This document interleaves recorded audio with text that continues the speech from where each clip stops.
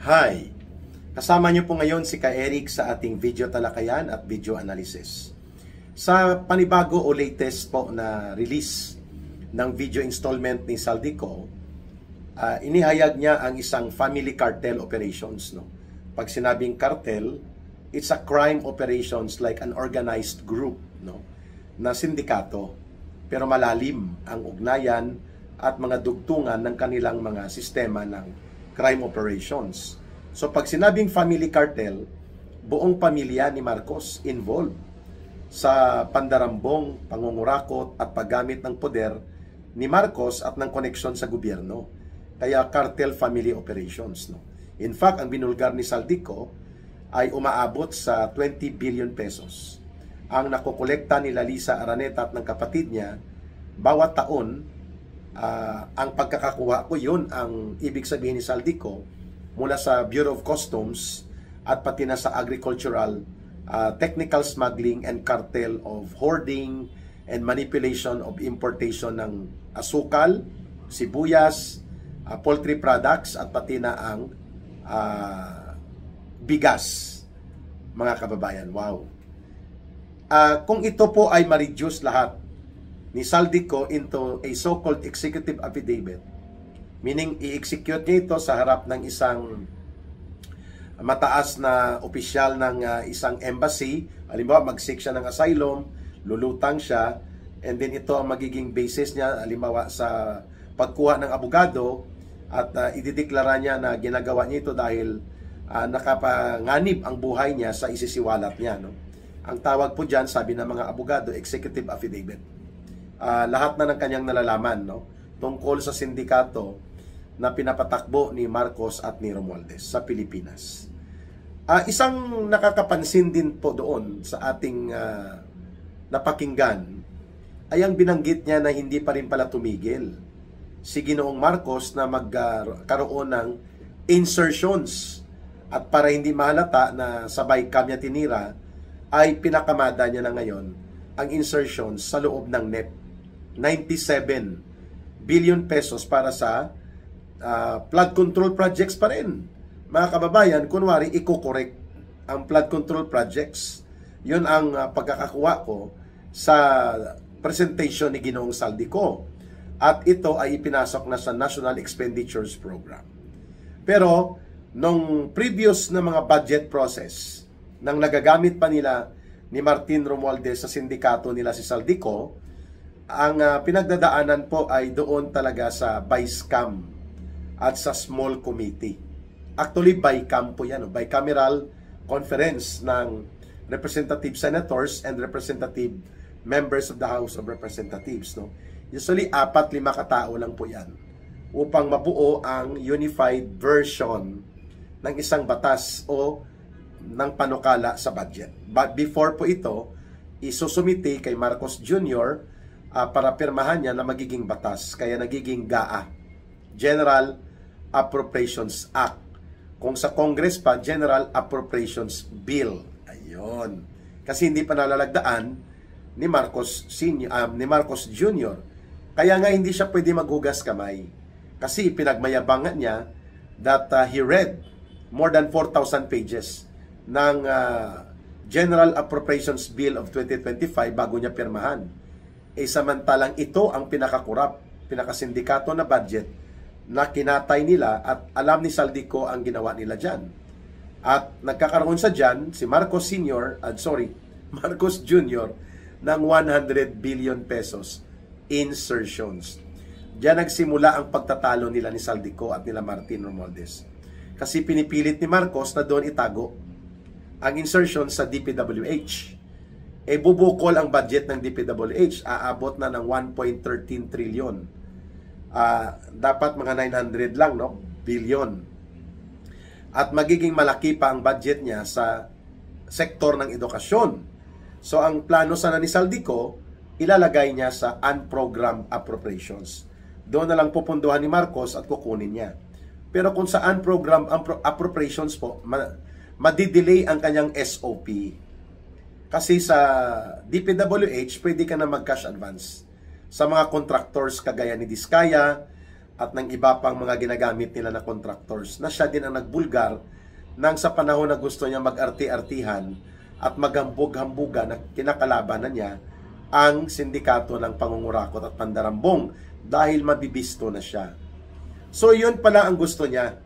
100 billion pesos, sabi ni Marcos, dyan dapat sa DPWH. Kasi kukuhanan niya ng 25% kagad. At didiskartihan yun ni Manny Bunuan. Ayan. Kaya ang kulukoy na Manny Bunuan, involved din po ito sa sindikato ni Marcos. Kaya kagaya ni Saldico, pinatakas nila si Bunuan sa Estados Unidos in the guise na pinapagamot niya ang asawa niya. Pero kapareho po ito kay Saldico. Ang mangyayari kay Bunuan, kay Bersamin, kay Pangandaman, sa ganitong uri ng pagka-addict at walang katuturang kaisipan, mayroon si Marcos, ilalaglag niya lahat. Pati po ang mga tauhan niya, maisalba niya lang ang sarili niya. At yan din ang pwedeng mangyari kay Martin Tambaloslos, no? Na ikakasa ni Marcos ang pagsampa ng kaso, pero siyempre kaso na matatalo. Yan ang diskarte nila Boying Rimulya dyan, kaya siya inilagay dyan sa ombudsman. Para lamang mailabas na si Marcos ay wala talagang kinalaman. Ang kulukoy na, sabi ng kanyang kapatid, adiktos na klase ng tao. Wala sa katinuan ng pag-iisip at walang damdamin para sa taong bayan. Ngayon, marapat lamang na imbestigahan ng Kongreso. At sana makalkal po ito nila Senator Marcoleta, nila Senator Padilla at iba pang mga Senator Alan Peter Cayetano, ano itong 97 billion pesos insertions ni Marcos sa budget 2026 na flood control pa rin pala. At siya ang nagpapasok nito. Wow! Hindi pa siya nakontento sa delivery sa kanila ni Saldico na mga 56 billion pesos, pinaghatian nila, malamang may partida dyan si Saldico. Hindi yan pwede na wala. Pero ang malaking partida kay Marcos at kay Romualdez. Kaya nakakagalaw si Saldico dahil binibigyan siya ng authoritative protection. And sinasanksyon ni Marcos at Romualdez ang kanyang discarding pang sindikato na ngayon inilaglag na siya kaya siya kumakanta. Ano itong 97 billion pesos na insertions ni Marcos sa 2026 budget? Dapat mabusisi ito. Kasi last 2025 pala, maliban sa 100 billion pesos na insertion ni Marcos doon sa DPWH na kanyang ininstruction through kay Bersamin at kay Pangandaman na kausapin si Saldico na ipalusot ito, mayroon pa pong 5 billion, not 500 million, 5 billion pesos na karagdagang insertion si Marcos o pinatong niya sa budget mismo ng Office of the President. Maliban pa sa 4.8 billion pesos na confidential fund niya. Grabe. This is the worst and the most terrible, corrupt, plundering, and abusive criminal government that we have ever seen sa Pilipinas. Itong kay Marcos. So, nananawagan po ang taong bayan sa Senado. Kasi sa House of Representatives, wala ka na pong maaasahan doon. Tumiklop na yan at gamit pa rin nila dyan ang poder ni Romualdez. No? Hanggat hindi pa napaparusahan at nakukulong itong kulukoy na Romualdez, ang kanyang galamay at mga operasyon nandyan pa rin sa House of Representatives. Ang duda ni Saldico na kinatay-katay na ito. Ang iba, flood control projects. Yung iba, special projects ni Marcos, kunwari. Pero ito, pag ginamit mo to na insertions, wala siya sa budget plan at budget program, ang ibig sabihin niyan, mayroon ka pong hokus-pokus na layunin. Masama ang intensyon mo kung bakit mo inilagay sa insertion. Yun ang kadalasan po. Kaya, sana bago umabot ito sa pag-approve ng budget ng Office of the President, maliban pa sa ibang line items ng agencies of government under the Office of the President, busisiin po sa DBM saan napunta itong 97 billion pesos na insertions na binulgar ni Saldico dahil inabutan niya pa ito. Sabi niya noong March, nalaman ko na nagpapasok pa si Marcos Jr. ng 97 billion pesos at malamang mayroon pa kay Romualdez. Ito na yung mga bago sila lunurin sa apoy ng impyerno At kapag sila ay hinatulan ng mamamayan, magnanakaw pa rin po sila sa kaban ng bayan. At I believe Saldico is telling the truth nang sinabi niya na nagpahabol pa ulit ng 97 billion pesos na insertion si Marcos sa 2026 budget. Kung saan niya ito itinago, isiningit at idiniskarte, kailangan mabusisi po ito. Hindi po yan kayang gawin ni Tuta Soto at ni Ping Lacson dahil sila po ay special agents. Mga operatiba sila ng Malacanang. But I think, pwedeng gawin po yan nila Senator Marcoleta, Senator Alan Peter Cayetano. Pag-aralan nila ito at pigain nila at pilitpitin ang DBM at DPWH at kung saan pang agency itinago ni Marcos. Itong kalukuhan niya ng insertions na nagkakahalaga ng 97 billion pesos. Almost 100 billion pa rin. Ano? At uulitin ni Ka Eric, pag insertion po yan, that is a shadowy transaction. May ulterior motive yan na pakikialaman mo ang pondo. Kasi diskresyon mo kung saan mo ilalagay at paano mo diskartihan. So nagmamadali na sila bago sila lunurin sa apoy ng dagat-dagata ng impyerno kapag sila ay pinarusahan at tinuli at nakulong na. Itong si Marcos at si Romualdez, double time po ang kanilang kayod ngayon. Ayan. Si Sandro Marcos, hindi pa rin naimbestigahan itong 50 billion pesos insertions niya for the last 3 years. 9 billion mahigit sa 2023 budget, 20 billion sa 2024, and 21 billion sa 2025. Dapat 29 billion yon. Nang kinaltasan ni Saldico at nirealign, galit na galit siya dahil nawala ang 8 billion na kanyang insertions according to Saldico. At nakuha na niya na ng cash advance. Magkano ang cash advance niyan sa mga kontraktor na kinakausap nila Sandro Marcos o nililinyahan? 2 billion yon. So sabi niya kay Martin Romualdez, magbabalik ngayon siya, magsasauli siya ng 2 billion dahil kulang ng 8 billion ang kanyang 21 billion insertions. Kaya nila minaniobra ng tatay niya natanggalin si Saldico at malamang ay pinapakialaman nga ni Saldico ang mga kinakatay at ini-insert nilang mga budget. Kaya nila tinanggal si Saldico. Subalit, para hindi pumalag at hindi obvious, kunwari pinotraksyonan nila, pinatakas nila the way they are doing it right now dito sa former DPWH Secretary Manny Bunuan, na pinatakas na rin at ngayon ay kung tumuga at ito ay bumulgar din, i-DND nila ito. Mantakin mo kakasuhan, pinapakasuhan ni Marcos ng violation of terrorism financing.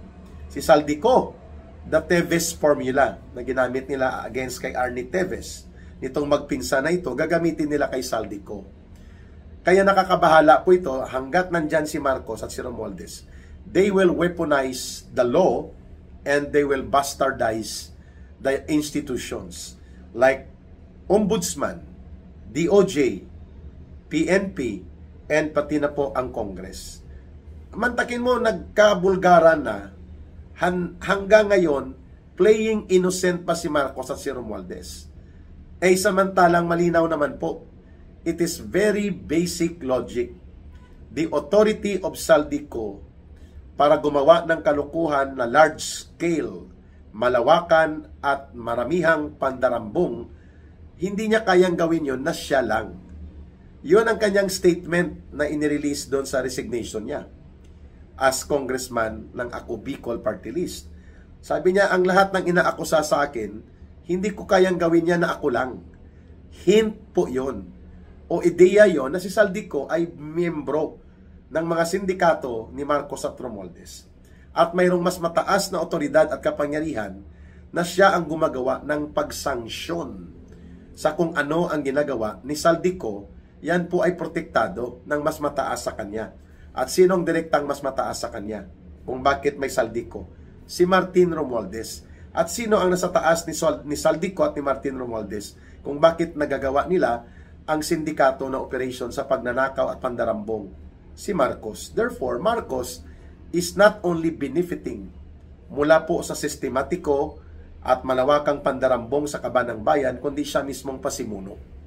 And that is clearly being revealed right now by Saldico. Kaya gusto ni Marcos patahimikin si Saldico. Either ito ay makukulong o ito ay mamamatay. At gagamitin nila ang isang kathang kwentong istorya na nagpipinance ng terrorism si Saldico. Kaya nagde-destabilize siya ng gobyerno at ginagamit niya ang mga dinambong na pera niya mula sa kaban ng bayan. That is the storyline na gagawin nila next week. And syempre, nauna na yung kunwari inaresto na ang ilang tauhan ni Saldico at ilang mga opisyal ng DPWH. Pero ang pasimuno ng sindikato ni Marcos na nag-a-approve at gumagalaw, nakasabwat nitong isang Congressman Edwin Garjola sa pagbebenta ng mga proyekto at mga cash advances ng mga kontraktor, hindi lang pala si Saldico ang kasabwat nila. Itong si Manny Bonuan, bata-bata niya, inaanak niya sa kasal yata. Itong si Congressman ng CWS party list na si Edwin Garjola. Ito ang congressman na may almost 600 million pesos worth of mansion sa California. At iba pa, no, mas mayaman pa daw ito kung ikukumpara kay Ginoong Saldico. So ito po ang nais nating ipahiwatig sa ating mga kababayan. That Saldico's revelations are clearly an operation of a big-time criminal syndicate using the powers of the president para po lumarga ito in the last 3 years. Kaya kapanipaniwala at mayroon pong linya ng katotohanan nang ibinulgar niya na hindi pa nakontento si Marcos doon po sa 100 billion pesos insertions niya. Ginamit niya pa ulit ang 97 billion pesos na mag-insert siya. And by the way, sa 2025, may 5 billion insertion siya sa Office of the President budget on top sa kanyang confidential fund na 4.8 billion pesos at 100 billion pesos sa infrastructure insertion din. Si Martin Tambaluslos, 17 billion pesos ang insertion niya sa House of Representatives. Therefore, malinaw na isa itong sistematiko at malawakang operations that indeed cannot be executed within the bounds of authority lamang ni Saldico kung hindi ito sanction nila Romualdez at nila Marcos. So mga kababayan, nananawagan tayo na imbestigahan, busisiin, scrutinize ng maayos ang 97 billion pesos na isiningit ni Marcos wala sa National Expenditures Program pero pinahabol niya kinapangandaman na gawin ito at nabuking ni Saldico. Kailangan makita ito saan ng mga agencies na itinago at anong mga proyektong ito. At pangalawa, imbestigahan na rin po maliban itong 97 billion pesos itong itinuro ni Saldico na involvement ni Marcos at ni Sandro Marcos, ni Martin Romualdez at ni Sandro Marcos sa mga insertions pati sa 2026 budget. Si Sandro Marcos ay may pananagutang 50 billion pesos according to the revelations made by Saldico. 3 years.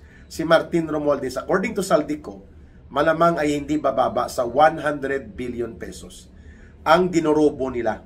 So, kulang-kulang po ang magtiyuhin at mag-ama na to, ano?